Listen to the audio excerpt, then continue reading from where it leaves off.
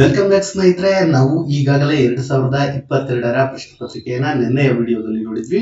ಅದಕ್ಕೆ ಒಳ್ಳೆ ರೆಸ್ಪಾನ್ಸ್ ಕೂಡ ಬಂದಿದೆ. ಅಂದ್ರೆ ಈ ಸಮಾಜ ವಿಜ್ಞಾನ ಏನಿದೆ 60 ಪ್ರಶ್ನೆಗಳು, ಅವುಗಳನ್ನ 2021 ನೋಡಿದ್ವಿ. ಇವತ್ತು 2022 ನೋಡಿದ್ವಿ. ಈಗ 2021 ಪ್ರಶ್ನೆ ಪತ್ರಿಕೆ ಏನಿದೆ ಅದನ್ನು ನೋಡೋಣ ಸ್ನೇಹಿತರೆ. ಇದು ನಿಮಗೆ ಗೊತ್ತಿರಲಿ 2021ರ TETಗೆ ಕರೆದಿದ್ರು, ಅದರ ಪ್ರಶ್ನೆ ಪತ್ರಿಕೆ ಆಗಿದೆ. ನಾವು ಈ ಹಿಂದೆ 2022 ನೋಡಿದ್ವಿ. ಈಗ 21 ನೋಡ್ತಾ ಇದ್ದೀವಿ ಸ್ನೇಹಿತರೆ. ಅದರಲ್ಲೂ ಕೂಡ ನಾವು ಸ್ಪೆಷಲ್ ಆಗಿ ಸೋಷಿಯಲ್ ಸೈನ್ಸ್ ಗೆ ಸಂಬಂಧಪಟ್ಟದ್ದನ್ನ ನೋಡೋಣ. 60 ಪ್ರಶ್ನೆಗಳು ಸ್ನೇಹಿತರೆ. ಇದೇ ರೀತಿ ಹಳೆಯ ಪ್ರಶ್ನೆ ಪತ್ರಿಕೆಗಳನ್ನ ನಾವು ನಿಮ್ಮ ಮುಂದೆ ತರುವಂತ ಕೆಲಸ ಮಾಡ್ತೀವಿ. ಯಾರಾದ್ರೂ ನಿಮ್ಮ ಸ್ನೇಹಿತರು TETಗೆ ಓದ್ತಾ ಇದ್ರೆ ಅಥವಾ ಎಕ್ಸಾಮ್ಗೆ ಪ್ರಿಪೇರ್ ಆಗ್ತಾ ಇದ್ರೆ ಅವರಿಗೆ ಈ ವಿಡಿಯೋನ ತಪ್ಪದೆ ಶೇರ್ ಮಾಡಿ. ಓಕೆ, ಸ್ಟಾರ್ಟ್ ಮಾಡೋಣ ಸ್ನೇಹಿತರೆ. ಪ್ರಶ್ನೆ 1, ದಿ ಏಷಿಯಾಟಿಕ್ ಸೊಸೈಟಿ ಎಂಬ ಸಂಸ್ಥೆಯನ್ನ ಸ್ಥಾಪಿಸಿದವರು ಯಾರು? ಇದಕ್ಕೆ ಸರಿಯಾದ ಉತ್ತರ ವಿಲಿಯಂ ಜೋನ್ಸ್. ಸ್ನೇಹಿತರೆ, ನಿಮಗೆ ಗೊತ್ತಿರಲಿ ಈ TET ಎಕ್ಸಾಮ್ಸ್ ಏನಿದೆ, ಒಂದು ಪ್ರಶ್ನೆ ಪತ್ರಿಕೆಯಿಂದ ರಿಪೀಟ್ ಕನಿಷ್ಠ 4 ರಿಂದ 5 ರಿಪೀಟ್ ಆಗುತ್ತೆ. ನೀವು ಕೇವಲ 10 ರಿಂದ 15 ನಿಮಿಷ ಈ ವಿಡಿಯೋವನ್ನು ನೋಡಿದ್ರೆ ನಿಮಗೆ ಖಂಡಿತವಾಗಿಯೂ 5 ಮಾರ್ಕ್ಸ್ ಗಳು ಬಂದೇ ಬರುತ್ತೆ. ಸೊ ಆ ಕಾರಣದಿಂದ ಪ್ರಶ್ನೆ ಪತ್ರಿಕೆ ಇಂಪಾರ್ಟೆಂಟ್ ಅನ್ಸುತ್ತೆ. ನೋಡಿ, ನಾವು 2022ರ ಪ್ರಶ್ನೆ ಪತ್ರಿಕೆಯನ್ನ ಈಗಾಗಲೇ ನೋಡಿದ್ದೇವೆ. ಈಗ 2021 ನೋಡ್ತಿದೀವಿ. ಎಷ್ಟು ಪ್ರಶ್ನೆಗಳು ರಿಪೀಟ್ ಆಗಿವೆ ಅಂತ ನೋಡೋಣ. ಓಕೆ, ಹಾಗೇನಾ? ಓಕೆ, ಶುರು ಮಾಡೋಣ. ಆಯ್ತು. ಏಷಿಯಾಟಿಕ್ ಸೊಸೈಟಿಯನ್ನ ಬರೆದವರು, ಅದನ್ನು ಸ್ಥಾಪಿಸಿದವರು ಯಾರು ಅಂದ್ರೆ ವಿಲಿಯಂ ಜೋನ್ಸ್ ಆಗಿದ್ದಾರೆ. ಜಗತ್ತಿನ ಮೊದಲ ಸಾಮ್ರಾಜ್ಞಿಯರು ಅಂದ್ರೆ ಯಶಸ್ಶೂಟ್ ಆಗಿರ್ತಾರೆ. ಇದು ನಿಮ್ಗೆ ಎಲ್ರಿಗೂ ಗೊತ್ತಿರುವಂತದ್ದು. ಅಮುಕ್ತ ಮೌಲ್ಯದ ಕೃತಿ ಬರೆದವರು ಯಾರು ಅಂದ್ರೆ, ಇದು ತುಂಬಾ ಇಂಪಾರ್ಟೆಂಟ್. ಇದನ್ನ ನಾವು ಓದಿರ್ತೀವಿ, ಯಾಕಂದ್ರೆ ನಾವೆಲ್ಲರಿಗೂ TET ಮಾಡೋರು ಎಲ್ಲರೂ ಕೂಡ ಹಿಸ್ಟ್ರಿಯಲ್ಲಿ ಚೆನ್ನಾಗೇ ಇರ್ತೀವಿ. ಸೊ ತೆಲುಗಿನಲ್ಲಿ ಅಮುಕ್ತ ಮೌಲ್ಯದ ಅಂತ ಬರೀತಾರೆ. ಯಾರು? ಶ್ರೀಕೃಷ್ಣ ದೇವರಾಯ ಬರೀತಾರೆ. ಇನ್ನು ಇರ್ವಿನ್ ಕಾಲುವೆಯನ್ನ ನಿರ್ಮಾಣ ಮಾಡಿದವರು ಯಾರಪ್ಪ ಅಂದ್ರೆ ಸರ್ ಮಿರ್ಜಾ ಇಸ್ಮಾಯಿಲ್ ಆಗ್ತಾರೆ. ಇವರು ಇರ್ವಿನ್ ಕಾಲುವೆಯನ್ನ ನಿರ್ಮಾಣ ಮಾಡಿದ್ದು ನಿಮಗೆ ಗೊತ್ತಿರುವಂತದ್ದು. ಇನ್ನು ವರ್ಧಮಾನ ಮಹಾವೀರ ಜನಿಸಿದ ಸ್ಥಳ ಯಾವುದು ಅಂತ ಕೇಳಿದರೆ ಕುಂಡಲ ಗ್ರಾಮ ಎನ್ನುವಂತಹದ್ದು. ಇನ್ನು ನಿಮಗೆ ಗೊತ್ತಿರಲಿ ವಾತಾಪಿ ಗೊಂಡದೇವ ಎಂಬ ಬಿರುದನ್ನ ಪಡೆದವರು ಪ್ರಥಮ ಅಥವಾ 1ನೇ ನರಸಿಂಹ ವರ್ಮ. ಇನ್ನು ಅಲಾವುದ್ದೀನ್ ಖಿಲ್ಜಿಯ ಪ್ರಮುಖ ದಂಡನಾಯಕ ಯಾರು ಅಂದ್ರೆ ಮಲ್ಲಿಕಾಪುರ್. ಯಾರು? ಮಲ್ಲಿಕಾಪುರ್. ತುಂಬಾ ಈಸಿ ಇದೆ ಸ್ನೇಹಿತರ ಪ್ರಶ್ನೆ ಪತ್ರಿಕೆ. ಜಗತ್ತು ಮಾಯೆ, ಬ್ರಹ್ಮ ಮಾತ್ರ ಸತ್ಯ ಎಂದು ಪ್ರತಿಪಾದಿಸಿದವರು ಶಂಕರಾಚಾರ್ಯರು.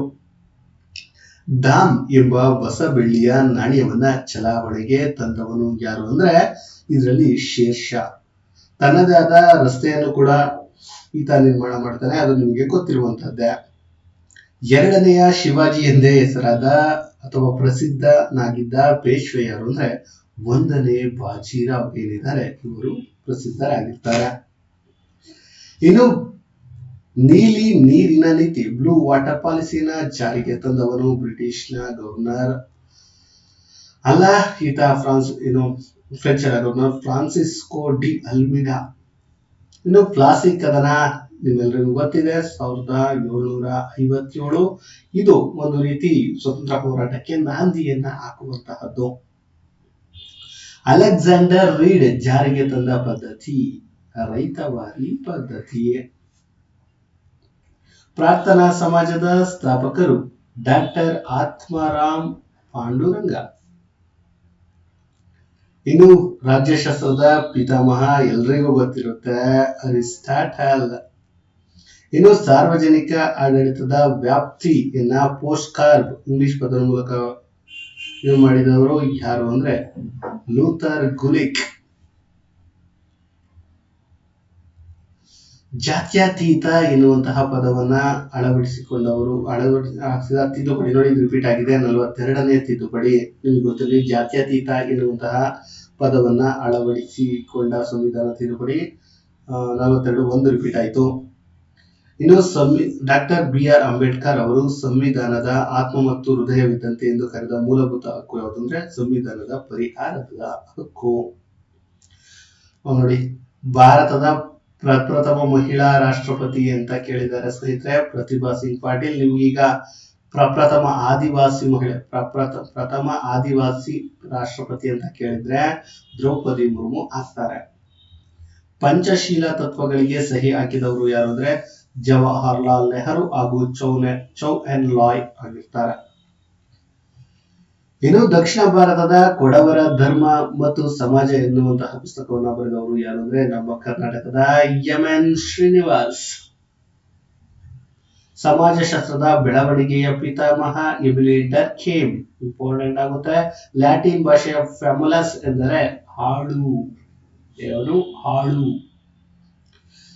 ಸ್ನೇಹಿತರೆ, ಇಲ್ಲಿ ನೋಡಿ ಅಸ್ಪೃಶ್ಯತಾ ಆಚರಣೆಯ ನಿಷೇಧಿಸುವ ವಿಧಿ, ಇದು ನೋಡಿ ರಿಪೀಟ್ 17ನೇ ವಿಧಿ. ನರ್ಮದಾ ಬಚಾವೋ ಆಂದೋಲನದ ನೇತೃತ್ವ ವಹಿಸಿದವರು ಮೇಧಾ ಪಾಟ್ಕರ್, ನಿಮ್ಮೆಲ್ಲರಿಗೂ ಗೊತ್ತಿದೆ. ಇದು ಕೂಡ ತುಂಬಾ ಸರಿ ರಿಪೀಟ್ ಆಗಿರುವಂತಹದ್ದೇ. ಭಾರತದಲ್ಲಿ ರಾಷ್ಟ್ರೀಯ ಆದಾಯವನ್ನ ಅಂದಾಜು ಮಾಡುವ ಜವಾಬ್ದಾರಿಯನ್ನು ಹೊಂದಿರುವ ಸಂಸ್ಥೆ ಕೇಂದ್ರೀಯ ಅಂಕಿ ಸಂಖ್ಯಾ ಸಂಸ್ಥೆ. 2011ರ ಜನಗಣತಿಯ ಪ್ರಕಾರ ಭಾರತದ ಜನಸಾಂದ್ರತೆ ಪ್ರತಿ ಕಿಲೋಮೀಟರ್ ಎಷ್ಟಿದೆ ಅಂದ್ರೆ 382. ಭಾರತದ ನೈಜ ಅಭಿವೃದ್ಧಿ ಎಂದರೆ ಗ್ರಾಮಗಳ ಅಭಿವೃದ್ಧಿ ಎಂದು ಹೇಳಿದವರು ಮಹಾತ್ಮ ಗಾಂಧೀಜಿ. ಇದು ಕೂಡ ರಿಪೀಟ್ ಆಯಿತು. ಇಲ್ಲಿಗೆ 3 ಪ್ರಶ್ನೆಗಳು ರಿಪೀಟ್ ಆಗಿದೆ 2021 22ಕ್ಕೆ. ಇನ್ನು ಭಾರತೀಯ ರಿಸರ್ವ್ ಬ್ಯಾಂಕ್ ಸ್ಥಾಪನೆಯಾದ ವರ್ಷ 1935. ವಿಶ್ವ ಗ್ರಾಹಕರ ದಿನಾಚರಣೆಯನ್ನ ಪ್ರತಿ ವರ್ಷ ಎಂದು ಆಚರಿಸ್ತಾರೆ. ಇದು ಕೂಡ ರಿಪೀಟ್ ಆಗಿದೆ ಮಾರ್ಚ್ 15. ನೋಡಿ ಸ್ನೇಹಿತರೆ, 4 ರಿಪೀಟ್ ಆಗಿದೆ. ಇನ್ನು ಬಿಳಿ ಕ್ರಾಂತಿಯ ಪಿತಾಮಹ ವರ್ಗೀಸ್ ಕುರಿಯನ್ ನಿಮಗೆ ಗೊತ್ತಿದೆ. ಒಂದು ನಿರ್ದಿಷ್ಟ ಅವಧಿಗೆ ಭವಿಷ್ಯದ ಕಾರ್ಯಾಚರಣೆಗಳನ್ನ ಮುಂದಾಗಿಯೇ ನಿರ್ಧರಿಸುವುದನ್ನ ಹೀಗೆ ಅಂತಾರೆ ಅಂದ್ರೆ ಯೋಜನೆ, ಒಂದು ಯೋಜನೆ ಮಾಡುವಂತಹದ್ದು. ಇನ್ನು ಪುನರ್ ರಫ್ತಿಗೆ ಅತ್ಯುತ್ತಮ ಉದಾಹರಣೆ ಯಾವುದು ಅಂದ್ರೆ ಸಿಂಗಾಪುರ್ ಆಗಿದೆ. ಆಫ್ರಿಕಾ ಯುರೋಪ್ಗಳನ್ನ ಪ್ರತ್ಯೇಕಿಸುವ ಜಲಸಂಧಿ ಯಾವುದು ಅಂದ್ರೆ ಜಿಬ್ರಾಲ್ಟರ್ ಜಲಸಂಧಿಯಾಗಿದೆ. ಉಷ್ಣ ಮತ್ತು ಬೇಸಿಗೆ, ಶುಷ್ಕ ಬೇಸಿಗೆ ಮತ್ತು ತೇವಯುತ ಚಳಿಗಾಲಗಳು ಈ ವಾಯುಗುಣದ ಲಕ್ಷಣ ಅಂದ್ರೆ ಮೆಡಿಟೇರಿಯನ್ ವಾಯುಗುಣದ ಲಕ್ಷಣಗಳು.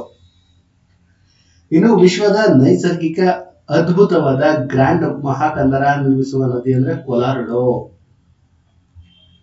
ಇನ್ನು ದಕ್ಷಿಣ ಆಫ್ರಿಕಾದ ಪಶ್ಚಿಮದ ಅಂಚಿನುದ್ದಕ್ಕೂ ಹಬ್ಬಿರುವಂತಹ ಪರ್ವತ ಶ್ರೇಣಿ ಆಂಡೀಸ್ ಪರ್ವತ ಶ್ರೇಣಿ. ಸ್ನೇಹಿತರೆ, ಭೂಮಿಯ ಒಟ್ಟು ಭೌಗೋಳಿಕ ಪ್ರದೇಶದಲ್ಲಿ ಭೂಭಾಗ ಆವರಿಸಿರುವಂತಹದ್ದು ಎಷ್ಟು ಅಂದ್ರೆ 149. ಒಟ್ಟು 361 ಇದೆ. ಇದರಲ್ಲಿ ಇಷ್ಟನ್ನ ಯಾವುದು ಭೂಭಾಗ ಆವರಿಸಿದೆ. ಹಿಮ ನದಿಯ ಸಂಚಯನ ಕಾರ್ಯದಿಂದ ನಿರ್ಮಾಣಗೊಳ್ಳುವ ಭೂಸ್ವರೂಪವೆಂದರೆ ರವೆ ಮೈದಾನ. ಆಗುಂಬೆ ಬೆಟ್ಟವು ಇವೆರಡನ್ನು ಸಂಪರ್ಕಿಸುತ್ತದೆ ಅಂದ್ರೆ ಶಿವಮೊಗ್ಗ, ಉಡುಪಿ. ಕೃಷ್ಣಾ ನದಿಯ ಉಪನದಿಗಳ ಸರಿಯಾದ ಕ್ರಮಾಣಿಕೆ ಯಾವುದು ಅಂದ್ರೆ ಭೀಮಾ, ತುಂಗಭದ್ರ, ಕೊಯ್ನಾ, ಘಟಪ್ರಭಾ. ಭಾರತದ ರಾಷ್ಟ್ರೀಯ ಹೆದ್ದಾರಿ ಪ್ರಾಧಿಕಾರ ಸುವರ್ಣ ಚತುಷ್ಕೋನ ಹೆದ್ದಾರಿ ಯೋಜನೆ ಮತ್ತು ಕಾರಿಡಾರ್ ಯೋಜನೆಗಳಲ್ಲಿ ಸೇರಿರುವ ಹೆದ್ದಾರಿಗಳನ್ನ ಹೆಸರಿಸಿ. NH4 ಮತ್ತು NH7. ಭಾರತದ ಮುಖ್ಯ ನಾಡಿನ ಕರಾವಳಿಯ ಒಟ್ಟು ಪ್ರದೇಶ ನೋಡಿ ಸ್ನೇಹಿತರೆ, ಮುಖ್ಯ ನಾಡಿನ ಅಂದ್ರೆ ರಾಜ್ಯಗಳೇನಿದೆ ಅವುಗಳ ಕರಾವಳಿ ಪ್ರದೇಶಗಳಿರೋದು ಕರಾವಳಿ ಪ್ರದೇಶ ಎಷ್ಟು 6100. ಕೇಂದ್ರಾಡಳಿತವನ್ನು ಸೇರಿಸಿ ಅಂದ್ರೆ 7516 kilometre. Okay, right answer this one. ಇನ್ನು ಸ್ನೇಹಿತರೆ, ಅಪಾರ ಪ್ರಮಾಣದ ಬಂಡವಾಳ ಮತ್ತು ಕಾರ್ಮಿಕರ ಶ್ರಮವನ್ನ ಪ್ರತಿ ಘಟಕ ಭೂಭಾಗದ ಮೇಲೆ ಅನ್ವಯಿಸಲ್ಪಡುವಿಕೆ ಈ ವಿಧಾನದ ಕೃಷಿ ಪ್ರಕಾರವೇ ಸಾಂದ್ರ ಬೇಸಾಯ. ರಾಜೀವ್ ಗಾಂಧಿ ಅಂತಾರಾಷ್ಟ್ರೀಯ ವಿಮಾನ ನಿಲ್ದಾಣ ನೆಲೆಗೊಂಡಿರುವಂತಹದ್ದು ನಮ್ಮ ಪಕ್ಕದ ಹೈದರಾಬಾದ್ನಲ್ಲಿ. ಈ ಮಾದರಿಯ ಸರಿಯಾದ ಘಟ್ಟಗಳು ಅಂದ್ರೆ engage, explore, explain, elaborate and evaluation ಆಗಿದೆ. ಹಕ್ಕುಗಳು ಮತ್ತು ಕರ್ತವ್ಯ ಪ್ರಜ್ಞೆಯು ಇದರ ಭಾಗವಾಗಿದೆ. ಪೌರ ಪ್ರಜ್ಞೆ. ಐತಿಹಾಸಿಕ ಚಳುವಳಿಗಳ ಬೆಳವಣಿಗೆ, ರಾಜವಂಶಗಳ ಮತ್ತು ಸಂಸ್ಥೆಗಳ ಏಳಿಗೆ ಮತ್ತು ಪತನವನ್ನ ವಿವರಿಸುವಂತಹ ಸೂಕ್ತ ವಿಧಾನಗಳ ಕಾಲನಕ್ಷೆ ಮೂಲಕ ತೋರಿಸಬಹುದಾಗಿದೆ. ನಿರಂತರ ಮತ್ತು ಸಮಗ್ರ ಮೌಲ್ಯಮಾಪನ ಪ್ರಕ್ರಿಯೆ ಜಾರಿಗೊಳಿಸಿದ ಕಾಯ್ದೆ ಭಾರತ ಶಿಕ್ಷಣ ಹಕ್ಕು ಕಾಯ್ದೆ 2019. ಕೋಲ್ಬ್ ರವರ ಅನುಭವಾತ್ಮಕ ಕಲಿಕೆಯ ವೃತ್ತವು 4 ಲಕ್ಷಣಗಳನ್ನು ಒಳಗೊಂಡಿದೆ. ಅವುಗಳೆಂದರೆ ವಾಸ್ತವ ಅನುಭವಗಳು, ವೀಕ್ಷಣೆ ಮತ್ತು ಪ್ರತಿಫಲ, ಅಮೂರ್ತ ಕಲ್ಪನೆಗಳ ರಚನೆ ಹೊಸ ಸಂದರ್ಭದಲ್ಲಿ ಪರೀಕ್ಷಿಸುವಂಥದ್ದು.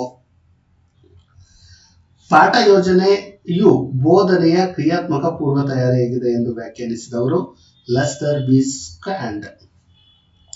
ಈ ಕೆಳಗಿನವುಗಳಲ್ಲಿ ವಿದ್ಯಾರ್ಥಿ ಕೇಂದ್ರಿತ ಸೂಚನಾ ವಿಧಾನವಲ್ಲದ್ದು ಪ್ರಾತ್ಯಕ್ಷಿಕೆ. ಪಠ್ಯ ಪುಸ್ತಕ ಬೋಧನೆಯು ಅರ್ಧ ಸಾಮಗ್ರಿ ಇದ್ದಂತೆ ಎಂದವರು ರೈಟಿಂಗ್ ಇದು ಪದೇ ಪದೇ ರಿಪೀಟ್ ಆಗುವಂಥದ್ದು, 5ನೇ ಬಾರಿ ಇದು ರಿಪೀಟ್ ಆಗಿರುವಂಥದ್ದು. ಕೃಷ್ಣದೇವರಾಯನ ಸಾಮ್ರಾಜ್ಯ ವಿಸ್ತರಣೆಯನ್ನ ವಿವರಿಸಿ. ಈ ಪ್ರಶ್ನೆಯಲ್ಲಿರುವ ನಿರ್ದಿಷ್ಟತೆಯು ಈ ಕೆಳಗಿನ ಬೋಧನಾ ಉದ್ದೇಶಕ್ಕೆ ಸಂಬಂಧಿಸಿದ ತಿಳುವಳಿಕೆ. ಆಳ ಸಂಶೋಧನಾ ಪ್ರಶ್ನಾ ಕೌಶಲ್ಯವು ಈ ಕೆಳಗಿನ ಒಂದು ಘಟಕಾಂಶವನ್ನ ಹೊಂದಿರುವುದಿಲ್ಲ, ಅಂದ್ರೆ ಅರ್ಥಪೂರ್ಣ ಪ್ರಶ್ನೆಗಳ ತಂತ್ರವನ್ನ ಹೊಂದಿರುವುದಿಲ್ಲ. ಶಾಲೆಯ ಬಳಿಗೆ ಸಮುದಾಯವನ್ನ ತರುವುದು. ಈ ವಿಧದ ಸಮುದಾಯ ಸಂಪನ್ಮೂಲ ಬಳಕೆಗೆ ಸೂಕ್ತ ಉದಾಹರಣೆ ಅಂದ್ರೆ ಶ್ರೇಷ್ಠ ವ್ಯಕ್ತಿಗಳನ್ನ ಶಾಲೆಗೆ ಆಹ್ವಾನಿಸುವಂಥದ್ದು. ಶಾಲೆಗಳಲ್ಲಿ ಸಹಪಠ್ಯ ಚಟುವಟಿಕೆಗಳ ಒಂದು ಬಹುಮುಖ್ಯ ಉದ್ದೇಶವೆಂದರೆ ಸ್ನೇಹಿತರೆ ಮನರಂಜನೆ. ಕ್ರಿಯಾ ಸಂಶೋಧನೆ ಪದವನ್ನ ಮೊಟ್ಟ ಬಾರಿಗೆ ಬಳಸಿದವರು ಕಟ್ಲೆವಿನ್. ಇನ್ನು ವಿಶ್ಲೇಷಣಾತ್ಮಕ ಪರಿಕಲ್ಪನಾ ಕೌಶಲ್ಯಗಳನ್ನ ಅಭಿವೃದ್ಧಿಪಡಿಸುವುದು. ರಾಷ್ಟ್ರೀಯ ಪಠ್ಯಕ್ರಮ ಚೌಕಟ್ಟು 2005ರ ಉದ್ದೇಶವಾಗಿದ್ದು ಇದು ಈ ಕೆಳಗಿನ ಹಂತಕ್ಕೆ ಸಂಬಂಧಿಸಿದೆ, ಅಂದ್ರೆ ಮಾಧ್ಯಮಿಕ ಹಂತಕ್ಕೆ. ಇನ್ನು ಕೊನೆಯ ಪ್ರಶ್ನೆ, ತರಗತಿಯಲ್ಲಿನ ಶಿಕ್ಷಕನ 2ನೇ ನಾಲಿಗೆ ಕಪ್ಪು ಹಲಗೆ. ಇದು ಕೂಡ ರಿಪೀಟ್ ಆಗಿದೆ ಸ್ನೇಹಿತರೆ. ನೋಡಿ 6 ಪ್ರಶ್ನೆಗಳು ರಿಪೀಟ್ ಆಗಿವೆ. 2021ರ 6 ಪ್ರಶ್ನೆಗಳು 2022ಕ್ಕೆ ರಿಪೀಟ್ ಆಗಿದೆ. ಆ ಕಾರಣದಿಂದ ನೀವುಗಳು ಏನ್ ಮಾಡ್ಬೇಕು ಅಂದ್ರೆ ಕ್ವಶನ್ ಪೇಪರ್ ಅನ್ನ ಹೆಚ್ಚು ಅನಾಲಿಸಿಸ್ ಮಾಡಬೇಕು ಅಂತ ಹೇಳ್ತಾ ಇದ್ದೀನಿ ಸ್ನೇಹಿತರೆ.